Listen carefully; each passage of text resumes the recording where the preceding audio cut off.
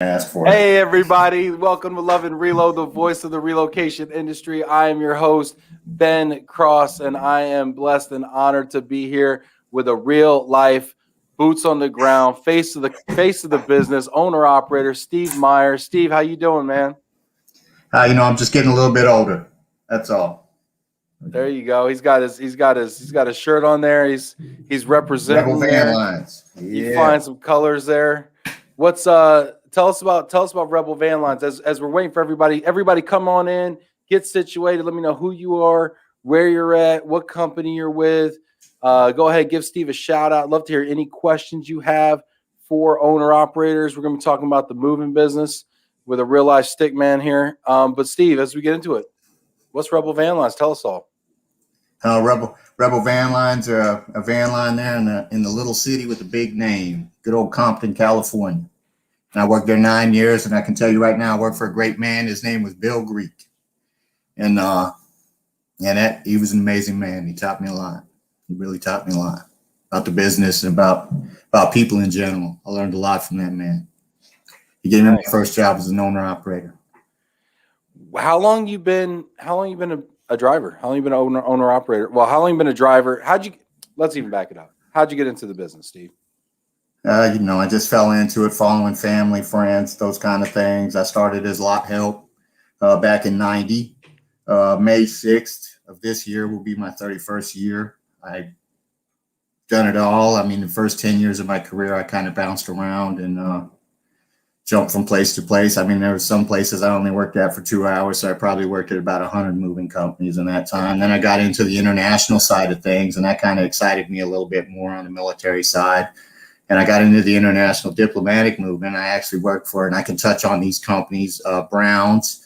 People here in the States, they call them Bronze, but these are German companies I worked for, ITO and Frosch. And I enjoyed that very much. And then I went back to military. And then I got my Class A CDL. My daughter was born, and I was like, man, I got to change my life because I don't want my daughter to meet somebody like me. So let me grow up here a little bit and be more responsible. I got my CDL. I took a company job for a little while, and then I met a guy, and he was the brother of Mr. Greek, Don Greek, and he has always told me, I'd helped him through the years, and he had always told me, if you ever get a Class A CDL, you give me a call. We're going to give you a truck. And I seen him down there on Farm Creek Drive, and I went to his truck. He was there unloading, and I was over at an agent over there, and I slapped my CDL right on that dashboard. I said, here's that CDL. Where's that truck? And he said, let me make a call. He made a call, and I crawled in his truck with him, and that was in 04. And I've been an owner operator ever since. So that's awesome. So 16 years ago, or gosh, 17 years ago now, you became an owner operator. Explain to people the difference between an owner operator, a driver, and what people might call a mover. What's the distinction there?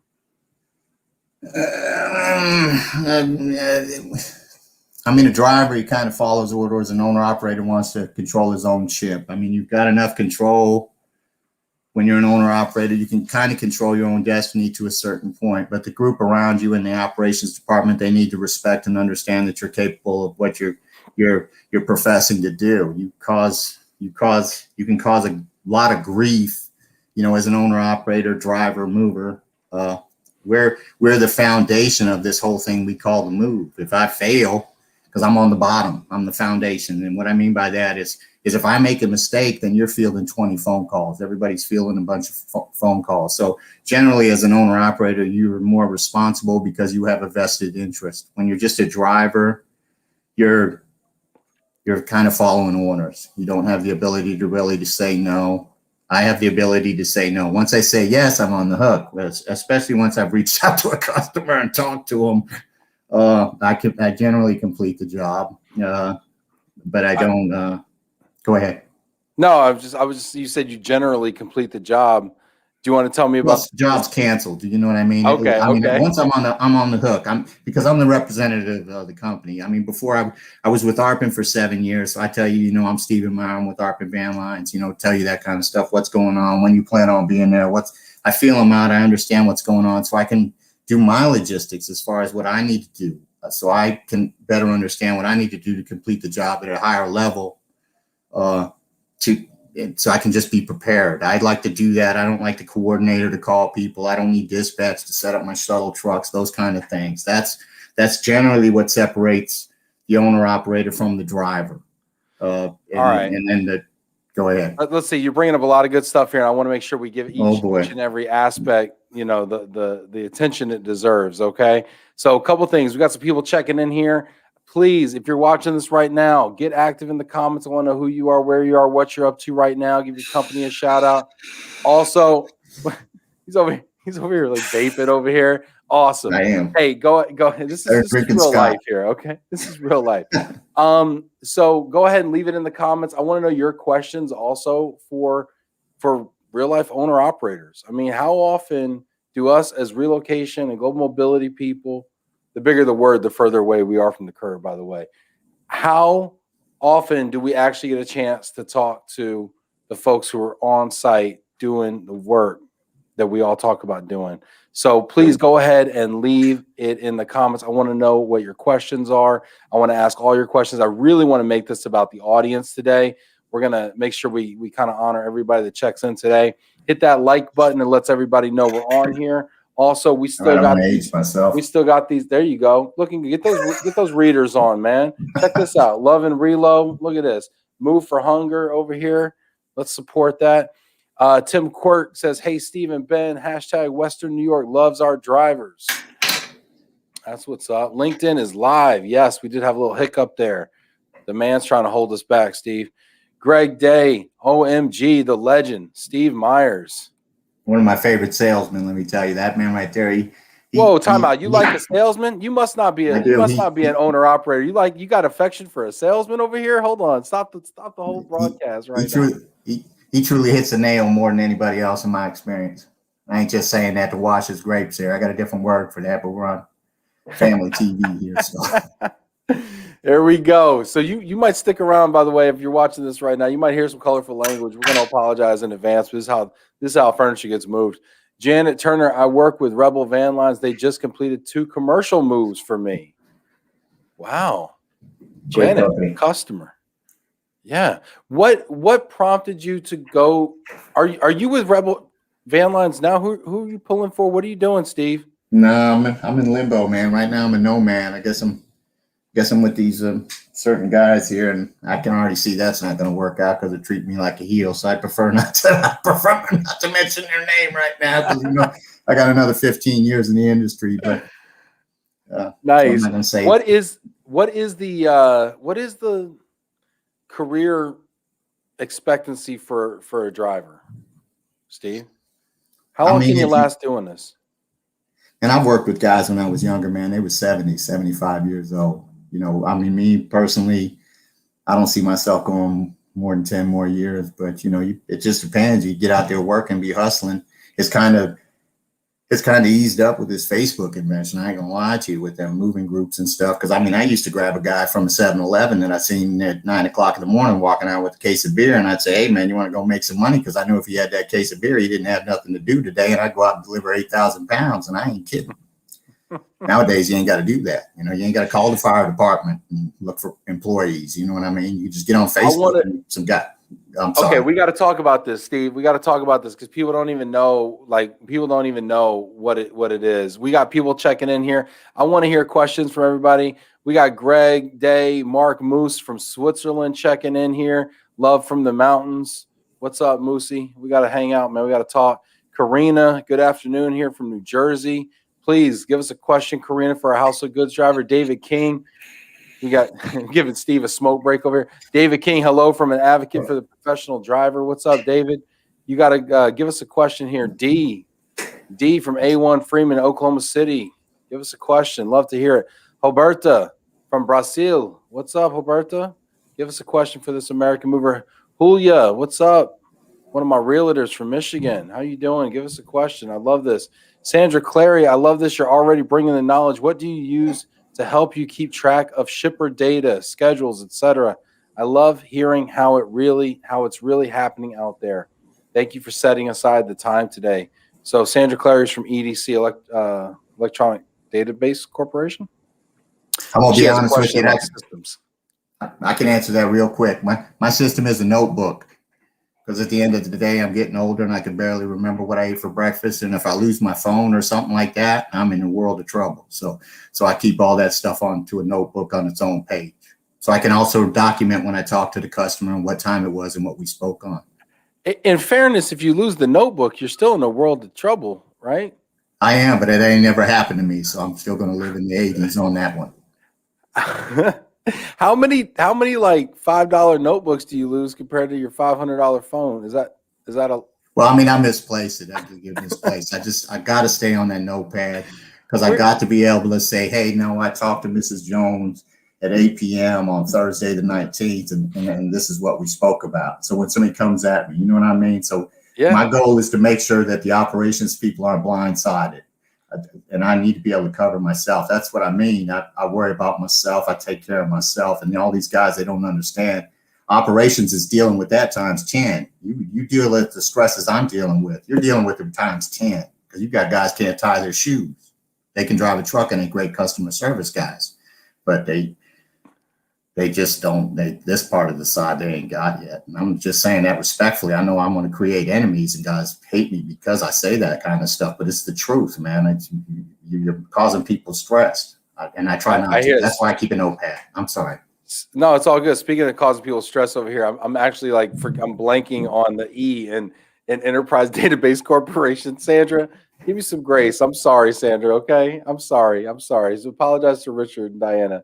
I apologize for that. Let's see. We got another question coming in here. I want to talk about these Facebook groups, but and how labor is sourced. But before we do that, Greg's got a question. Steve, how are you able to have such low claims ratio? So many of my moves you did at Arpin without a claim. Well, I should pat myself on the back and talk about how I'm such a great mover and stuff. Well, that'd be blowing smoke up your skirt. I'm involved with the job in the crews, guys I work with. I'm only as good as my help, and that hasn't changed in all these years. And I used to work with drivers; they said the same thing, and I know that to be the truth. It's the guys that work with me, the crews. Because they know what they're doing. And if they don't know what they're doing, I know how to do it, and I tell them how to do it, and then they write on it. It's the crews that help me do that, and that's the truth. I mean, if I got a knucklehead out there, then I'm in trouble. It's the crews. It's the crews. So let's talk about the personality. No, that's a great segue into the cruise thing, which is what I wanted to talk about before anyway. So you started talking about these Facebook groups are making your job easier because before you were getting labor from the fire department, from Joe Sixpack, literally. How have the Facebook groups changed? Tell me about what are the Facebook groups you're talking about, and how have they changed the way that the labor is sourced in the business? Well, I mean, if I start talking about individual groups and stuff, then people will end up hating me. But you got your Movers Life, the Movers Syndicate, you got USA Movers, and I'm gonna be honest with you, the people there that control that USA Movers, they really put forth and that's a labor site that I don't really go. I am a member of. I don't go to it that much. I run in certain lanes, so I have my guys already. But they really went the extra mile to try and clean up as far as the Facebook people. They spent the time to research who's who and find out who's who. Dee Fetty, she's actually over there at A1 Freeman, and she does the Movers Life thing, and she tries to keep a line on that also. And she's not only protecting the customers, and they're not only protecting the customers, but they're protecting us also. We have to, as drivers, and I'm going to refer to driver, owner, operator, whatever you want to call me, we have to be involved, and we got to do things on the fly. And they've spent the time to kind of vet some of those people. So those crews, you can go out there and say, hey, I got a job in Detroit, Michigan. Who covers that area? And you get like 20 tags as far as this guy, that guy, this guy. And then they say what date. And then you just take a chance. And it allows us to give feedback. We could speak to each other on the matter. I could work with a guy. He really blows chunks, in my opinion. But someone else may think he's the greatest thing since sliced bread, but I don't. I'm not going to come out and say he blows chunks because I don't know. I may need to do it again. So you don't want to bash on the guy publicly, but I'm gonna call my buddy and say, "No, I wouldn't use him, man. That guy." What about Harold Keniston up there in Michigan? He's pretty good, right? I've never met the man, but he seems to always post very good. Positive things. Super I've never met great guy to work with. Yes, without a doubt. But that's how it works. So just let's back it up for a second for everybody that doesn't understand this, right? So do you have to source your own help, or is the moving company providing that, or the agency? I mean, how does that work? Because I think a lot of people assume that you guys kind of like showed up to work together and like just got a truck and just came on out to the job and like kind of. I think there's that assumption, but it doesn't work like that, does it? Well, I mean, that's true, but it's just at this point, most of us, we rarely go to the agents, whether it be your booking agent, your origin agent. I mean, at Arpin, since Arpin's no longer in business as far as that goes, I can now let out the secrets. I'm sliding into town and I'm doing a 25,000-pound packing load that's right in your backyard. I'm packing it all. You don't even know I'm there. That Arpin didn't want me to let you know I was there. They don't want me calling you for a scrap of paper. Don't go by their scale. Don't go down Double A. They're on the same street as so and so. Don't go down there and get a weight. You know. So I mean, these are the things they tell you. I already know that. So at this point, with the way Facebook and these kind of things and the internet and all this digital communication we have, it's allowed us to pretty much bypass the agents, and that's what upsets them. And that's what upsets them as far as the pack and haul fleets is because we can bypass them. We need them for SIT. There's absolutely no doubt. We need them to maybe get some debris, kick some debris off or something along those lines. We do need them. They need us. If I've got a hole and I choose to haul one of your CODs, then I can do that. If I don't, I don't. But the customer has no idea. I make out like I've known this guy for 10 years. And at this point, here we go. When you look on Facebook, you can kind of sit here and say you have known somebody 5 years because they've been on Facebook for 5 years. The riffraff of the labor deal has pretty much been pushed out. Everybody's established. Don't go to this knucklehead. So now you can sit here with somewhat honesty and say, I've known, you said Harold, I've never met the man, but I could honestly say somewhat, I've known the man for 5 years. I've seen him on Facebook. He's always made positive posts. He doesn't get involved in any of the drama or any of that kind of stuff, which I've been guilty of myself before when I've been inebriated and kind of. No way. Yes, sir. I'm heartless when I'm inebriated now. This is great. I'm having a good time. Hey, everybody watching this right now, I want to hear your questions right now for driver Stephen Meyer, is owner operator, formerly with Arpin, but you just mentioned the Arpin went out of business or sold or whatever. I didn't know that. What's going on? All the way. They sold Arpin Van Lines, the domestic side, last year, and they sold AMI, which was Arpin Moving Inc. That agent, they were a non-prime agent for quote unquote Arpin Van Lines, and they sold that today. Was the final day. So no more quote unquote Arpin drivers for real. I swagged on the Kool-Aid hard. I took a hard swig there. I did one job with them before they said, "Hey, by the way, you're moving in Indianapolis." Wow. So now Arpin sold. I'm sorry. Say that again. Arpin sold where now? To Wheaton Van. The Wheaton Group. Which Wheaton also purchased or was purchased by Beacons. There was a merger there several years ago. Wheaton actually purchased Beacons. Wheaton purchased Beacons. Yes. Who also purchased Stevens not too long ago. Yes, sir. Right. Yes, Who's sir. now purchased Arpin. Yes, which sir. is actually a much needed vowel in that acronym. So now you got SWAB. Is that the new van line acronym? I'll get maybe. Pause. I got a different one, but I don't want to go into. Okay. All right. Well, hey, maybe we'll get to that if he's inebriated later. But no, keep these questions coming. This is interesting. This is your opportunity to hear from a driver exactly what goes into the business. Let's see here. Again, apologies to Sandra. Keep those questions coming, though. We've got one from Ellis, actually. Ellis says, tough to recruit drivers and owner-operators in this marketplace. Ellis asks, okay, well, that's a perfect segue into Ellis' second question. Where do you see the next ones coming from? They're already here.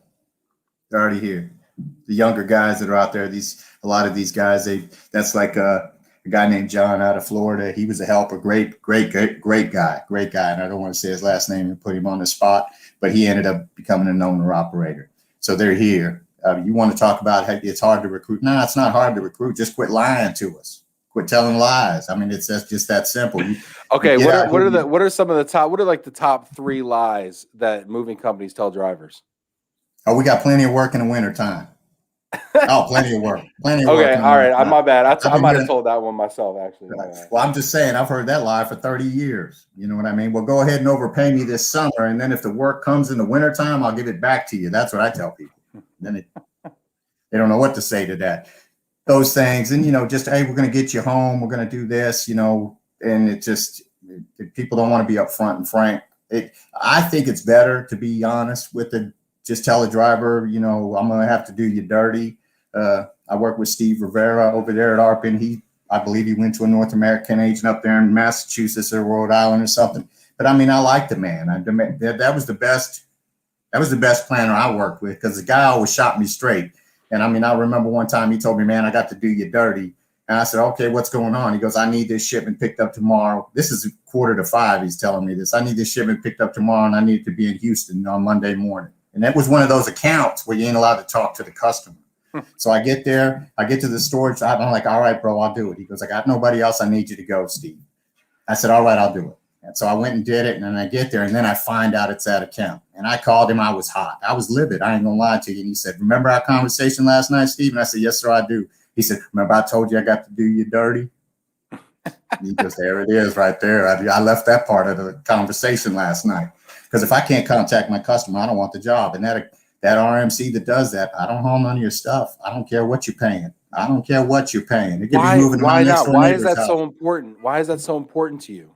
I need to be able to make that connection before I get there. I need to be able to make that connection. I mean, you'd be surprised how many customers have told me, you know what, Stephen? I meet all kinds of people. They tell me they're a straight shooter. They're a straight shooter. They're a straight shooter. You're really a straight shooter. I just tell people the truth, and that's the thing about with what I'm going through here. I'm talking to these people, and these people think I'm dumb.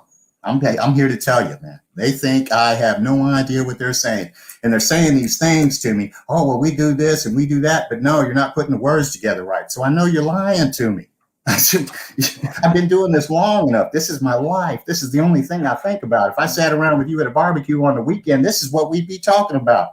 Furniture business. Yeah. I'm sorry. It's on my brain. So you mentioned, and it won't be hard to recruit them.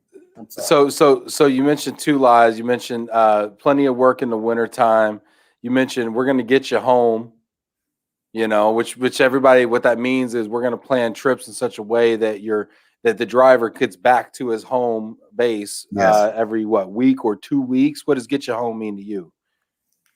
Every week at this point. Week would be nice. I deadhead home from San Diego. You think I'm joking? I ain't joking. I'm deadheading right home. I'll be in the right lane doing 54 miles an hour all the way across America. Yes, sir. Deadhead means driving direct with no shipping revenue on there. Yeah, that's correct.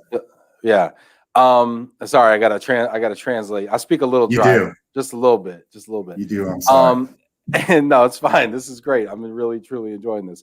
What's the third biggest lie that agents tell drivers?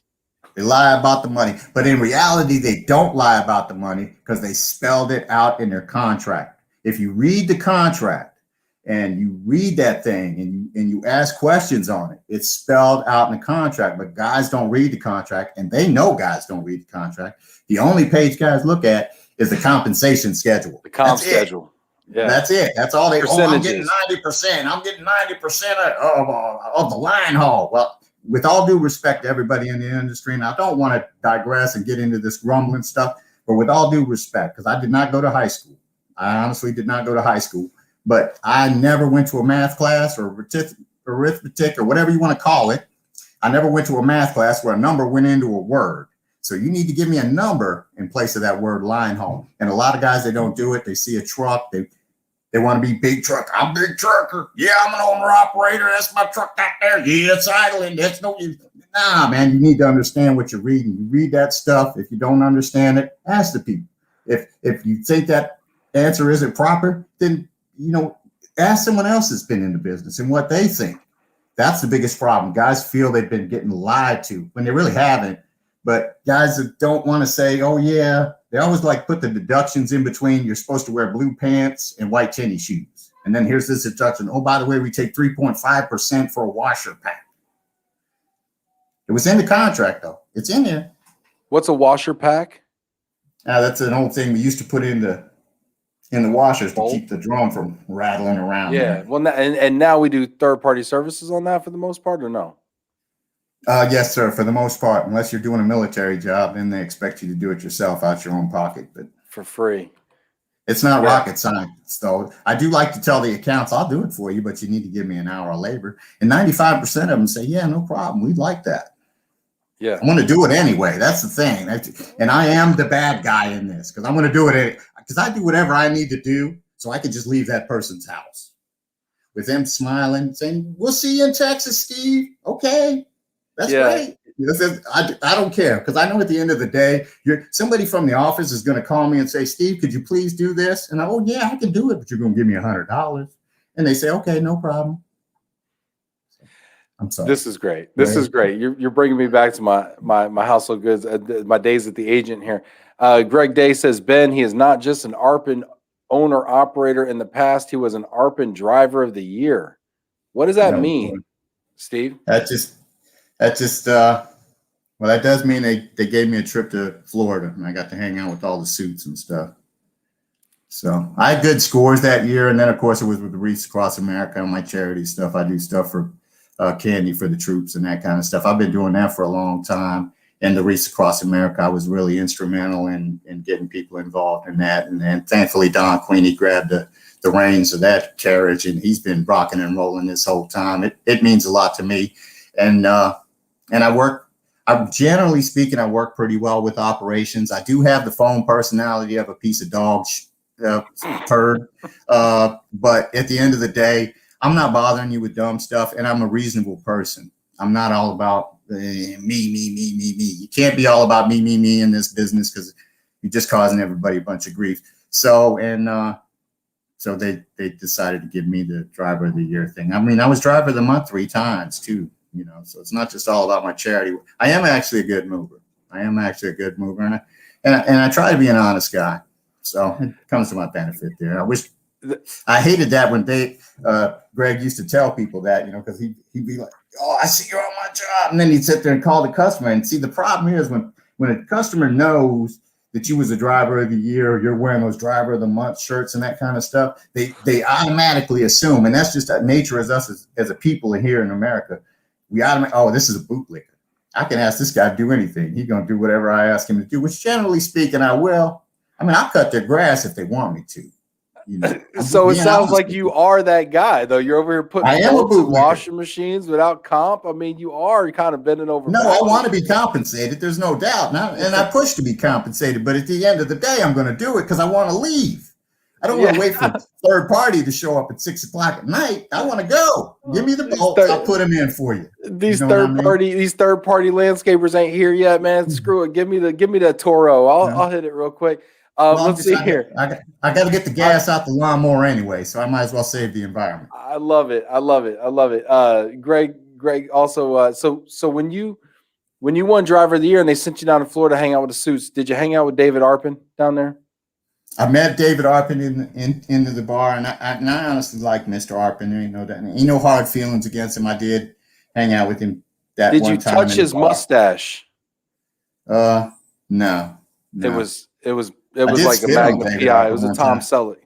Yeah. I did spit on David Arpin in his office one time. I spit a mint on him. It was an accident. By accident.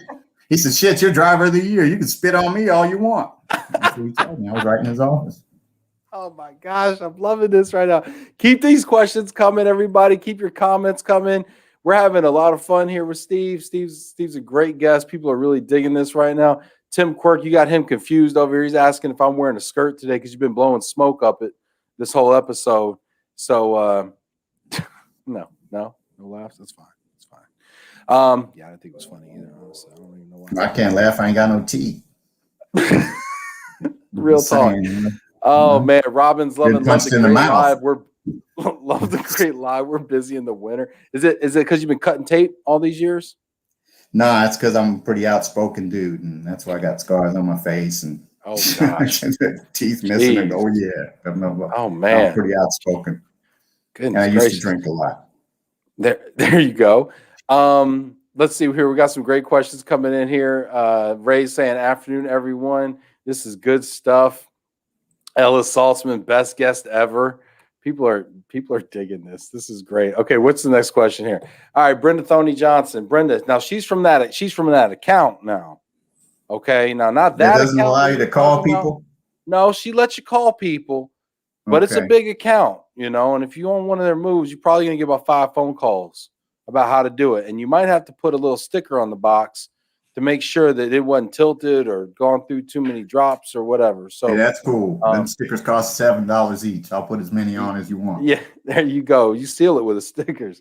I have heard this new generation doesn't want to work odd hours. She's talking about driver. We're talking about driver recruitment. She says, I've heard this new generation doesn't want to work odd hours.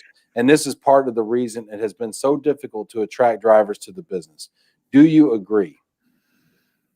In a manner of speaking, yes. So I would have to agree. I mean, that's where the problem lies. When I was younger, I used to go out, deliver 19,000 pounds. It'd be me and another dude. We'd be out there all day. You got to bring the right manpower. It's kind of like I'm a big reader, so I'm gonna touch on the Hill. That's my current book by John Brenner, I think, the old Speaker of the House. But anyway, he said the key to it is you got to get the people on the bus, but you got to get them in the right seat. And that's the same thing we have to do as a driver. You got the crew, you see where people's strengths are, where the weaknesses are, and you got to put them in the right seat. Because I don't like working in the dark. I ain't gonna lie to you. If the sun's going down, I want to go. So that would be true, but it's a manpower issue. If you don't have the manpower, you will stay out there longer. The odd hour thing on the local level, that's true, because today's move day and tomorrow's another move. And when I first started, we used to stay out till midnight, 1 o'clock. There'd be 3 of us on the job, do a 9,000 pound cold 4 pack and load, those kind of things, So, I mean, that is possible, but hey, if you're going to throw money at it, them young guys are all on board. And I think the biggest problem now, as far as recruiting guys into the business, is from a driver aspect, people being able to pee in a bottle, honestly. Talk about that. What do you mean by that? Well, because you can't use marijuana. You can't use marijuana and be a CDL driver. Anytime. I could urinate in a bottle anytime. You can't. And that's going to be a big problem with the legalization of marijuana. And not just that, you only want to pay these guys $15 an hour to start. And that's generous. $15. Well, they can go to McDonald's and they're going to feed them too. See, they're guaranteed a meal. Generally, we get a meal, but they're guaranteed a meal at McDonald's. So I would have to kind of agree with that aspect of it with the new generation. They're lazy as hell. I got a 21-year-old son. It's the laziest guy. He's not your road dog. He's not your road dog out there with you. Nah, he secured that he secured that law. He goes, nah, he always goes with me. He gets it fired. And then his brother has to pick up the slack, his eldest brother. So no, I think you bring up a good point about about marijuana though, because I mean, here we are legalizing it in different states, and yeah, it's not legalized federally. But that stuff will stay in your system for a month, 2 months, right? So even if you use it casually, you're at a concert, you do, whatever, and it's part of your lifestyle, whatever, or you have a prescription for it even. And I mean, I get why they don't want people that are high driving trucks. I mean, I think we all understand. I do too. I agree that. But you also aren't necessarily high driving a truck if you smoked the joint a month ago and it's still in your system, right? And so now these folks are precluded from driving because we don't have sophisticated enough drug testing to really ascertain if the person's under the influence right now or if it's just in their fat cells or whatever releases the THC, right? So our testing and our policies hasn't kept up with society and the changes in laws, and there's people that are being left out of employment opportunities because of it. And meanwhile, and you can say, well, that sucks for them, but meanwhile, it sucks for us as an industry because we can't get shipments moved, right? And there's this huge pinch. So it is our problem too. It's not just the problem of the agency. It's not just the problem of people that need jobs. It's the problem of corporations who are moving employees as well. So, yes, sir. Yeah, good question, Brenda. Thank you for participating. Keep these questions coming. I want to hear your questions. We've got Ray checking in. I want to hear Sandra Ellis. We got Dan Bradley from IEM checking in. Greg Day. We've got Tim Quirk checking in. Julia's got a question. Julia was a realtor. She sold me my first house. She says, I miss you, Ben. I really want your opinion. My customer wants to move from Michigan to another state. She probably wants me to call her, but let's just use this as a question. Okay, we're going to give Steve a smoke break. I'm going to go ahead and field this one, and I want to hear Steve's opinion on this. Customer wants to move from Michigan to another state. We'll get a survey ASAP. They're free. Okay, they'll tell you what's in your house. And then once you know what's in your house and what they're proposing to do with it, then you can probably kind of go around and actually complete that survey and go to some various different van lines and independent movers and see kind of what you get done. Now, if you happen to be on some of these Facebook websites, you can also take that survey and send it directly to guys like Steve. I'm speaking for Steve right now, and say, "Hey, Steve, you want to move? You want to move this 10,000 pounds?" What are your thoughts, Steve? You ever think consumers are going to start going directly to the drivers? Yeah, in a roundabout way. I mean, they do currently. I mean, I've got one in El Paso right now. I moved twice. She's looking for a scat code to move under. She wants me to come and move her. I mean, it's a possibility. It may end up going that way if they promote this AB5 thing. Tell people what AB5 means real quick. AB5, real quick. Well, that's where they want to turn everybody into employees. So, I mean, it'd be contractors, your gardener, those kind of things. But if it goes that route, yes. I mean, generally, you could call me to move you, and then I could book move through whoever I'm working with. It's my own move. I mean, I have that ability. A lot of us have that ability because they know we're responsible for it. I used to do it all the time with somebody, and he'd be like, "Man, I don't want to register. You call me when you're there. You call me when you're in that town, and then I'll register the shipment." Because he goes, "I'm like, if I register it, I'm stuck." You know what I mean? So you be in that town, and then you tell me, and I'll register the shipment, and then you get it. I've done that many a time. I mean, that's how we work in the wintertime because people will sit there. I could tell somebody. And this is my fault. This is where I'm at fault. Is I tell people, hey, you could get it done a whole lot cheaper. You want to call Ally down the street or somebody like that. And I've got quite a few customers through the years because I have been at this since the beginning of the century as far as myself. And that say, we don't care. What do you want to charge us? And then I give them a 50% discount, something along those lines in February. So how come you charging? How are you charging a 50% discount in February when the market's like 67% and you don't have as much of the overhead like being a salesperson and some of the other office overhead? I mean, I would think that you do it for less than a traditional. No, because at the end of the day, I really don't want to do the move anyway. Let's just be honest. If I won the Powerball, I wouldn't be talking to you right now. I'd delete all my Facebook pages and all that stuff. But if you want me to come out to you, this is what I need to do that. But the customer knows, okay, I get Stephen Meyer. It's not a bunch of empty promises. It's not a bunch of, well, they said that he said you was going to do this. They said this, they said that. They know it. That's all been cut out. Do you know what I'm saying? You're dealing with me. You're dealing with me. I'm going to do what I promised you I would do, with all due respect. And you could do that yourself if we had a relationship and I worked at your company and you was a salesman. You'd be like, I got the perfect guy for you that's going to do this. And you would come to me on the side and say, Steve, this is my customer. I sold this. I got this. I want you to do this. I told him you do this. I told him you do that. And the discount's 60%. Let's say it's 68 across the board or whatever. And you said, but the discount's 62%. Well, that's 6 points under what's going on. You cut it the best you could to still be competitive. Everybody wants to scream about these rates and this money. I'm not going to sit there and tell somebody that I know doesn't have the bread 50% discount. We can't. We have to allow everybody in America to come into our industry and move. We don't want to price 75% of America out of being able to move and better themselves. We can't do that. And I think a lot of people think they can't afford to move, right? So the first thing they do is they call U-Haul, and then they call like Pods. I worked at Pods and Packraft for 9 years. I know people think that it's cheaper. Well, it turns out it's actually not cheaper. It's not. You actually look at the cost. I mean, line haul. You talked about line haul before. Line haul means not only transporting the household goods, but it means loading and unloading the household goods. When you get a Yes. pods container, you just getting transportation. You still got to do the loading and the unloading. When you look at the Yes. cost of loading, the cost of unloading, I mean, gosh, you're at literally at or above what it would cost to hire someone like yourself to do the whole thing, and you have that care, custody, and control at origin and destination. So, you know, I think we have an educational opportunity as an industry as well. And I like what you said about not pricing ourselves out. But going back to my point originally, I think there's truly an opportunity to disintermediate this industry, and that's a big word for go direct, right? When you look at Uber, right? Uber connected individuals who need a ride with people who have cars, right? And if I got to move and you've got a truck, manpower, cartons, pads, gas, I mean, you got everything, Steven. That's what an owner operator means. You have literally all of those things, and you bring those things on every job. So Yes.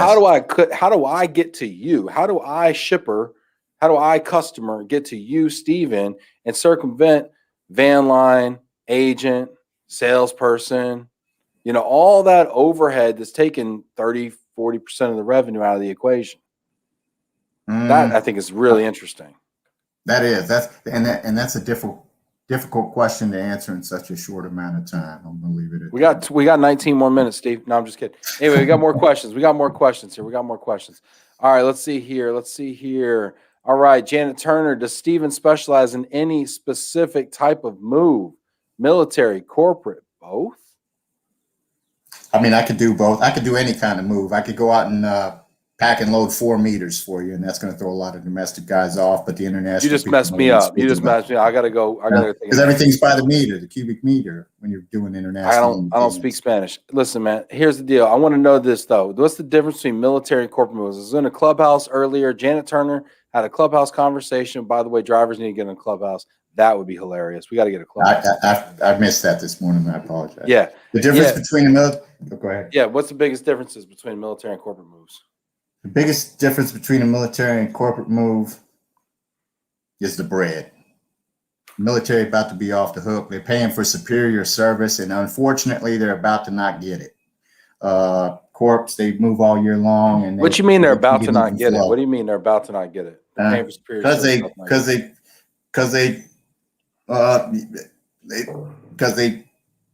they're going to use military approved TSPs. It's just, you know, Pee Wee and Tater, you know, going to come out and move them, you know, and they're making $8 an hour, and they're going to pack their stuff in used cartons, and the discount's going to be 35%. And then, you know, it's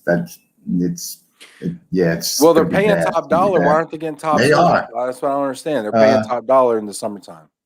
Those military moves are the most crazy discounts I've ever seen in my entire career right now. That's the truth. And why aren't they getting top service in your opinion? Because the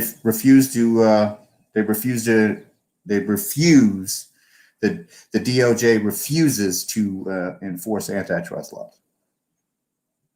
Wow, that's a big loaded statement. Another one we just got to leave sure right is. there. I ain't gonna win. Unfortunately, I ain't gonna win no friends with that one. But yeah, well, hey, common financial interest, and they're allowing it, and there it is. You know what I mean? The military is better. They've got a specific set of rules. The corporate moves, as far as that goes, the problem with the military is, though, a lot of times when you're doing separations and stuff, you end up in some strange places. Your corporate moves, they pay for additional things that the military won't pay for. Like the military ain't paying you to put stuff in a mini storage. They ain't paying you to take shelves apart. They ain't paying you to do a washer. They ain't paying for an extra TV box. It's all there. It's all single factor, and this is what it is, and this is what we pay you, and it's just that simple. And these are the rules. The benefit of the military move is if you get there, if you don't like the person, and I've done this before, I'm guilty of that in my career.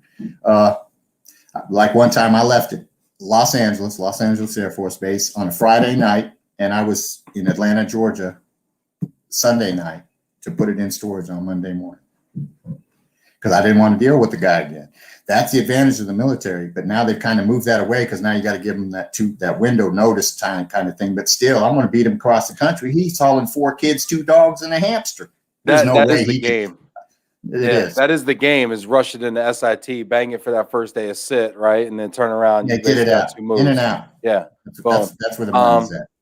Brad Hamlin, my good friend Brad. What's up? Shout out to you and Shemaine. Shemaine, his wife, is amazing. Best guest ever on Love and Reload. You've got a large fan club here in Michigan. Love y'all out there in Michigan. Hope all is well in Rochester on Grigg Street over there. Hey, but Brad, I'd love to hear a question from you because I love you, man. So throw one out there. Tim Quirk, Big Trucker. That's Ben's nickname. No, it ain't my nickname, man. You're hilarious. Let's see here. We got a question. You know what? We got a question from Dan Bradley. Dan, I'm going to mess this up probably, but Director of Government for IAM, International Association of Movers. Dan's a good guy. Says join late, so maybe I missed this. Apologize if I did. What is the draw for Steve to drive for household goods instead of becoming a freight driver? We hear this all the time. Oh gosh, I could just bump docks. Bump docks means I could just pull up to a warehouse, bump the dock literally, and let people unload it for me, and then go on my merry way. Why are you still getting out, handling furniture, and all the rigmarole that goes along with it? Why not just bump docks and be a freight driver? Because freight drivers got to be somewhere. Somebody's expecting you. See, I get to set my schedule. There's windows. Yes, I got to be somewhere to start packing and loading that job. But once it's on my truck, now you've given me some time. So I can deliver you, say, Monday, or I can deliver you, say, Thursday. I've got this window. I've got this span. So I can now go home and spend 2 extra days at home and do that if I wanted to. That's, that. And I kind of enjoy the job still, the meeting the people and stuff. I really do. And it allowed, and I hate to touch, but the lottery checks. Mm-hmm. You don't get, you do get lottery checks hauling freight, but you got to be in the right click. Kind of land. So what you're saying here, just to kind of like bring this home for people, is you'd rather work harder on those move days and have a little more flexibility in your trip schedule, right, with these delivery spreads, than be running like a dog. Like, yeah, you're sleeping in your cab at the dock and chilling, but you're running like a dog overnight a lot of times and whatnot. Yes, sir. And it's very stressful. I did that with Reach Across America. I was running back and forth from Maine to Virginia, and I can't remember how many trips I did, but that's what I was doing. And I'd have it loaded of wreaths, and I'd get down to Virginia, I'd drop that trailer off, I'd pick another trailer up, I'd go back to Maine. And that's what I did. And I did that for over a week or two, actually. I think I did it for 2 weeks. And man, that just beat the living crap out of me. I mean, it beat me up. So, I mean, I respect them freight guys that they can do that and stuff. I can't do it because, one, I just don't want to gain the weight, too. Mm-hmm. Hey, man, don't knock it till you tried it. Greg Day, because he is a bed bugger through and through. What's a bed bugger? That's true, too. People don't know this term. Yeah. Well, because back in the old days, that's what the truckers called the movers was bed buggers, because we hauling bed bugs in the mattresses. So you're bed bugger. Tanker yanker, you're hauling a tank, flatbed, skateboard, is these kind of things. Parking lot, car hauler. Yeah, that's great. Love it. Fred Metzler says, love them lottery checks. Fred Metzler out of Toadsuck, Arkansas. Love them lottery checks. He's another bootlicker. He just won't admit it. Yeah, he's another bootlicker. Fred, you licking boots, Fred? You licking boots out there in Toadsuck? You sucking toes? You licking boots, Fred? Anyway, man, sorry, having too much fun over here. What are lottery checks? What are you talking about when you say that? The big checks. You get some big checks sometimes. How do you get such big checks? Well, talk about the fluctuation in the pay a little bit. Because you do one at packing, because I'm a pack and haul driver, so you do one, and it's all schedules. Back in the old days, there used to be schedules, so your packing paid more in DC than it did, say, in Montgomery, Alabama, and those schedules still exist. We just can't see them anymore with the way the tariffs and the billing and all that is structured. But those schedules still exist. So I could pack a job in DC. A 10,000-pound job in DC going to Montgomery, Alabama, it would pay X. That same $10,000 job packing in Montgomery, Alabama, going to Washington, DC is going to pay F, because the schedule is different. That's just like the same with the hourly rates and those kind of things. They're lower in certain markets. So you want to stay in these big metropolitan markets up in the Northeast that really are good. LA is another good one for the packing schedule. Yeah. Yeah. I don't want to touch on it too much because then people are going to get mad, and I don't want to start a urinating contest with people. Urinating contest. Don't start cleaning it up now. All right, Steve. I'm trying. I'm doing the best I can here. This is amazing. My mother's going to love me.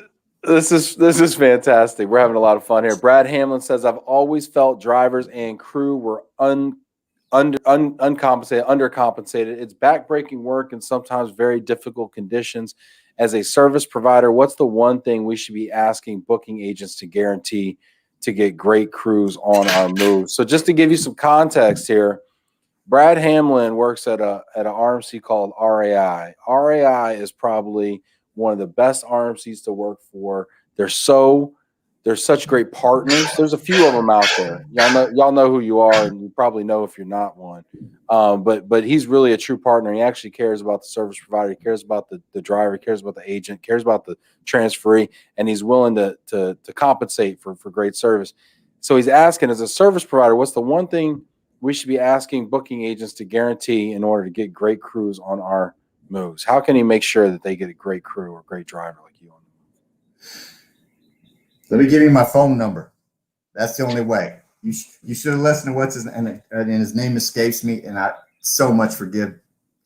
The Canadian cat. I can't think of his name now. It starts with a K. What he said. I can surely raise the price. You can't guarantee it no more, because when you start throwing that bread out there as an RMC, and with all due respect, and let's say I'm gonna pay an extra $1,000 on this. Well, the agent's gonna send Pee Wee and Tater out there because he gets to pocket $1,000. He doesn't want to give it to me as a driver. He wants That's the truth. So he can fly to Bermuda. That is the truth, though. I'm sorry. Because every dollar you pay on a move is going to go through the same comp schedule and the same splits and be subject to basically. I mean, there's a couple of things that you can put it in, like a shuttle or like a fuel surcharge or something. But even then, it's going to get it could get rearranged or reclassified or something and not end up in the. I mean, listen, if there's a big chunk of money that ain't usually there, that's there on an invoice, it's going to get repurposed a lot of times. Just to be completely transparent, yes. honest with you, right?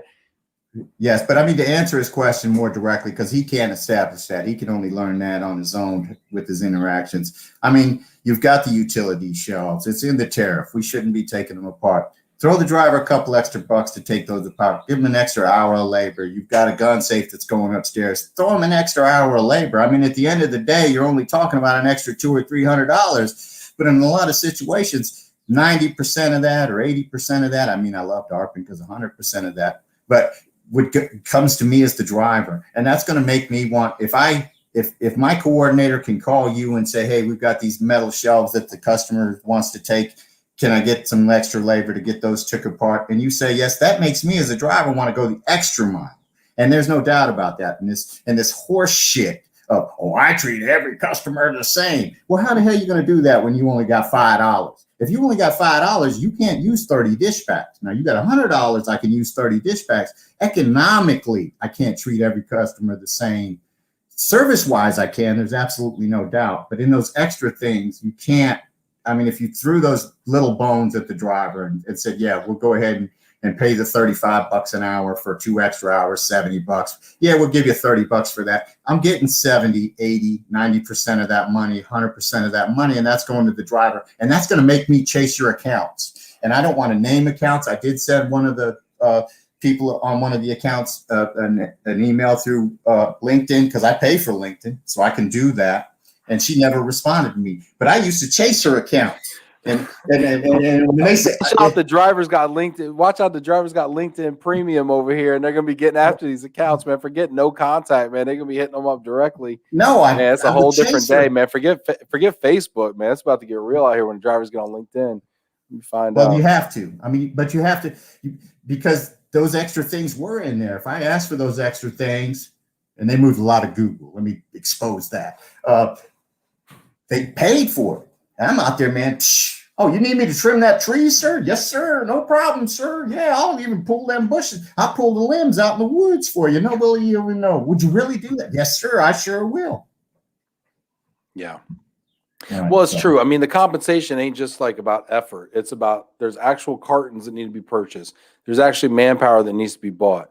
You know, one thing, and I'm going to hit this again because these are I'm playing all the hits today. But you know, how much more expensive is? I got to time these questions properly. I got to give them an opportunity to get that vape there real quick. no, I How can. much more expensive has labor gotten? It hasn't got that more expensive at the end of the day. Really? You're paying, yeah, man. You're paying. The guys bitching about the labor. These are guys that didn't want to pay guys anyway. They was out there paying guys $1.00 for the last 35 years. You know what I'm saying? You're talking about $200 a day. If you went out there and some of these guys are good. You know what I mean? Some of these guys are really good. Some of these guys on Facebook and they really are good. And you was paying them $12 an hour. Well, one, they dragged their ass. So you was out there for 12, 13, 14 hours. So you was at 180, 160, 180, 200 anyway. Now you're just paying them $200 from Jump Street. You need to maintain, because if you don't maintain, a lot of these guys will pull the wool over your eyes now and do a bunch of stuff that you don't know about till you deliver it. You got to be on the job. You got to pay attention. I personally feel that labor has not gotten ridiculous. The people that are crying about labor being ridiculous, I haven't experienced it. $200 a day for 4 or 5 guys, that isn't unreasonable for me because these guys won't let me do nothing. Seriously, if I try to carry something, I got 3 guys kicking me in the shins, making me trip so they can grab the dresser and carry it outside. So the people that are bitching about the $200 a day thing, those are people that didn't want to pay people in the first place. And we need those kind of people out of the industry anyway, because you're sacrificing customer service. Fred's talking about going and being casual labor over here at 400 a day. You think he's got a future in that, or he don't work hard enough? Maybe. I can tell you right now, somebody comes at me with $350 a day right off the cliff. You can take a walk, and I tell that lady, ma'am, I apologize, but that man smelled like liquor so bad, and I didn't want him here breaking up your stuff, so I had to release it. Yeah. And I won't be the bad guy. I won't be the bad guy because I already know if it's a deadline. I've already talked to the customer, so I know I need to be out today, or no, I don't have to be out till Thursday. I already know all that, so you can't hoodwink me into that. And don't get me wrong, I have paid people $300 a day, but they've earned it and they deserved it because they've done extra stuff that I've asked them to do that wasn't really because I'm trying to provide that superior customer service. I'm trying to ensure that peace of mind of those people's stuff who I'm driving away with. I'm driving away with everything somebody just worked their whole life for up to this point, and I'm driving away with it. And you want to talk about mental stability. I am in control of that human being's mental health at that moment because they're not with their stuff. No matter where you are in the world, and we all relocation and all that stuff. No matter where you are in the world, you're gonna feel at home when you get home and you sit on that couch that's been with you for the last 15 years, or you sit in that armchair, or you look at your bookcase and you see your little trinkets and whatever you want to call the shit, and you see that I'm at home. Let me drink my coffee. Let me drink my tea. Let me drink my scotch. I'm at home. No matter where you are in the world, and I have that. And I need people to trust me and feel comfortable that they know Stephen Meyer's got my stuff and it's going to all be okay. So Mike Quigley's over here shooting a shot over here in the comments. Steve, I got a spot for you over here, brother. Nah, that's too. I ask why too much. Trust me.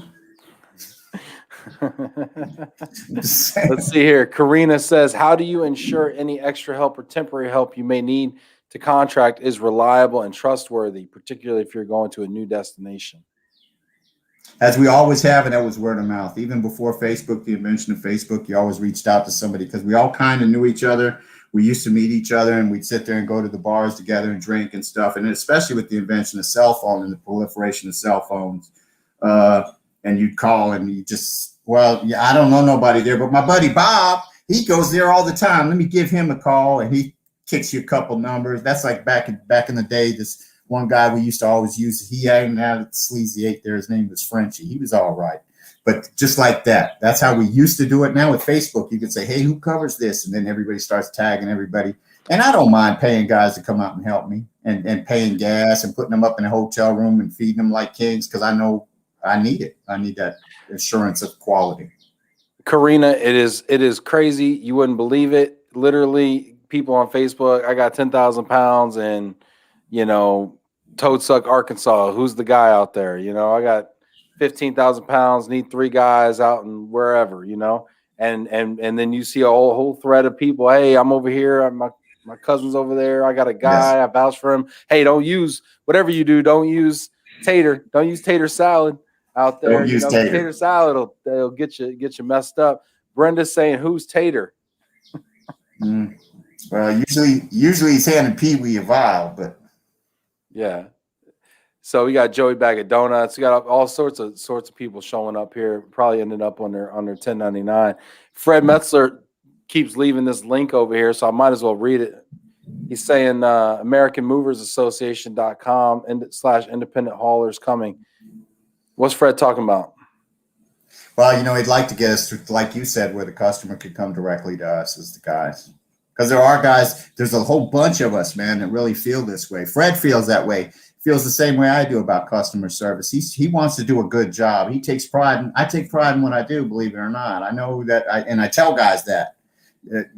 There's a lot of guys out here that we take pride in what we do. We really enjoy the job, even to this day. You know what I mean? I'm telling you the truth. And Fred wants to do that to where we could do that, where we could go this independent route and do it for ourselves. That's what that's about. We got a couple more questions. Steve, you got a few minutes for me? Because I got some more questions. Yes, sir. I got all the time in the world, man. Okay. All right. You don't got an RTD to make, do you? All right. So RTD, I messed up. RDD. Why did I say RTD? Ready to drink. RDD. Daniel Bradley, following up on Karina's question for DOD, there is a requirement for a background check for crews. How does a driver do that, and how can you confirm they pass a background check? Oh man, my hemorrhoids hurt. I got to get away from that subject. I mean, the van line does it for us. I submit the name to the carrier, and the carrier gives me the CID number. Tater salad, Mike Quigley, tater salad. There, got your back on that one. He covered. He's played that tune before. He had your back on that one. CID numbers. So you produce CID numbers, and that's what's submitted probably to the inspector on that. And the problem is, he never asked for one. Yeah, the problem is, this is some BS, honestly. Honestly, this whole CID numbers and literally, you got guys out there. He's joking calling them Tater, but they could be Tater, they could be Tom Brady. They come out there and they put whatever they want, because you could 1099 anybody under $600 without submitting the tax thing. So people got all sorts of names out there, and they just get CID numbers and whatever. This is a major problem. But it's a major problem because the rules are messed up. Yes, we have bad actors and whatever, but Fred Metz will be the first person probably to kick me under the table and say, yeah, but tell them why. Tell them why we got to do this stuff. Well, they got to do this stuff because you can't find help that can pass a background check, that can pee in the cup, who actually knows how to handle furniture without breaking it, right? Who will actually work for the money that's being paid, and this is a real issue. So, you can't really blame guys because otherwise there wouldn't be nobody to move furniture. What kind of master's degree individual do you think is moving couches around here, people? You've seen these brochures, these salespeople like myself have been passing out for the last 20 years. You got these clean cut gentlemen with their tucked in long sleeve shirts, and their belts on, and they're, everybody's wearing like some denim work shirt that's got their name Jim on the side. Like, who are these people? These are not real people. Okay. So do we really think that's what's out here on these jobs? No, that's not how you move furniture, to be honest with you. So, that's just real talk. And I say that because I don't represent, I don't work for a moving company, so I can say that, but that's everybody. That's everywhere, so I think we have to be a little more realistic about the job that we're actually doing. We're moving furniture. So I got one now. I got the last question here. People are digging this. I'm getting text messages from people. We didn't prepare a top 5, but the people have spoken. So we got to give the people what they want. Sandra Clary says, will the top 5 include Steve's deep psychological observations on reading people? I know there's a wealth of info here. She must know my mother. My mom speaks so well of me also. So something's going on here. But go ahead. I don't know. I'm confused. That's over my head. Well, it's time to be unconfused because this is your moment to shine, Steve. Sandra wants to know what are 5 observations you have, 5 things you can tell from a customer when you show up. What are some of the observations? As soon as you hop out the truck, they're at the door, whatever. What are 5 observations? Tell me the truth. Okay. Truth is this. When I pull up to a customer's house and they got a lawnmower out in the yard, it ain't been started in 100 years, and they got trash and they got weeds over here, and they got their carport full of a bunch of junk and stuff, and they got a car on blocks in the front yard, that's my favorite kind of customer, because I know right now that person doesn't give a damn. Number one. Those people are not, when you say they don't give a damn, they're not filing a claim, or pretty much. A lot of stuff? You know what I mean? You can use shovels. You got all kinds of pictures and that kind of stuff. I watch people's eyes, generally speaking. I always look people directly in their eyes when I come up to them, no matter how sunny it is. It doesn't matter if I'm wearing sunglasses. The first time that I meet you as a human being, I'm immediately going to remove my sunglasses so I can look you directly in the eyes, or you can look me directly in the eyes. If you don't remove your sunglasses, that gives me an indication that you're kind of in your own world, and that's fair enough. I accept that, but I have a tendency to accept people for who they are.